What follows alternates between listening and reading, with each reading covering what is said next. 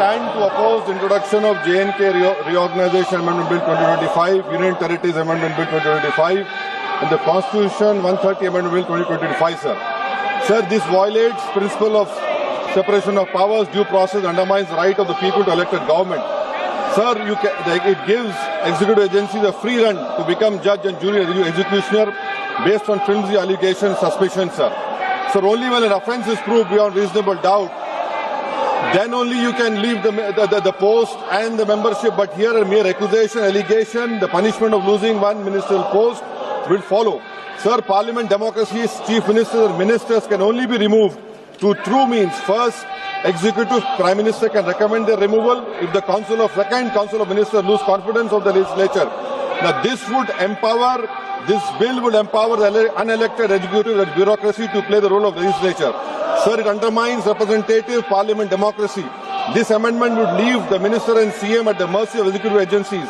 The severity of the amendment is not only in the fact that one loses their position if they are arrested, but even if they are detained. Detention and administrative action doesn't require an offence to be made. Sir, the Chief Minister will not be able to accountable people. I want to know from the Honourable Home Minister, as he read Article 74(1), which says that the Council of Ministers headed by the Prime Minister to aid and advise the President who shall, in exercise of his function, act in accordance with such advice.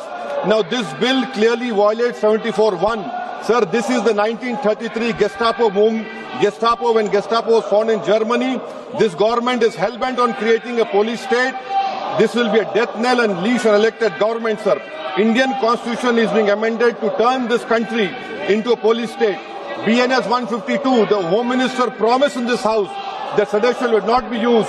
Section 316, Section 9 of BNS, PMLA Section 4, all these can be used to destabilize an elected government, sir.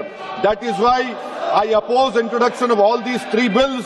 This is nothing but creating a Gestapo to ensure that our democracy does not survive. And may I tell the Honourable Home Minister, despite his promise on BNS 152, 152 has been used against the